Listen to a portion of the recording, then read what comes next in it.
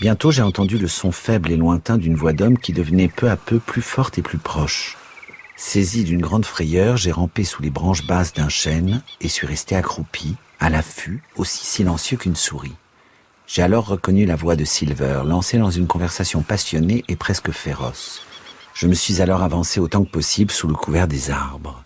2 hommes se tenaient debout en plein soleil. Silver avait jeté son chapeau à côté de lui sur le sol et levait vers l'autre homme, un membre de l'équipage, son grand visage rasé et blond, brillant de sueur, comme pour le supplier. « Camarade, disait-il, c'est que je t'estime ton pesant d'or, tu peux miser là-dessus.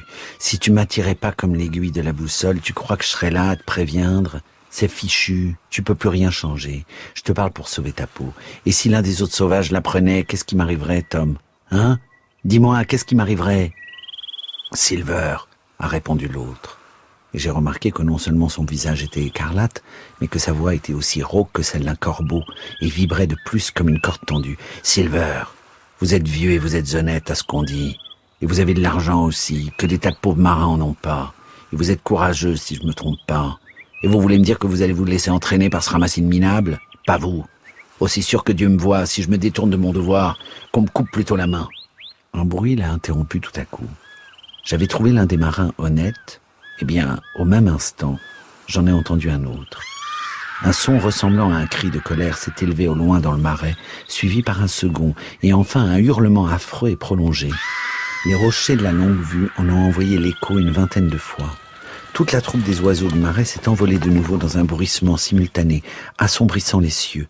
Alors que ce cri d'agonie résonnait encore dans ma tête, le silence a rétabli son règne. Et seul le froissement d'ailes des oiseaux qui redescendaient et le fracas du lointain ressac troublaient la langueur de l'après-midi.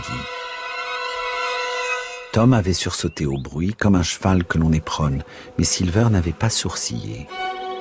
Il restait sur place, appuyé de manière nonchalante sur sa béquille, observant son compagnon comme un serpent prêt à frapper.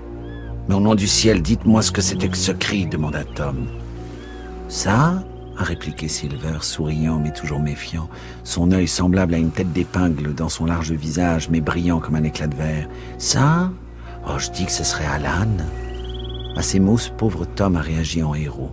« Alan, que l'âme de ce vrai marin repose en paix. Et vous, John Silver, je vous ai eu longtemps pour compagnon, mais je veux plus de vous. Si je meurs comme un chien, je mourrai sans faillir à mon devoir. Vous avez tué Alan, vrai ?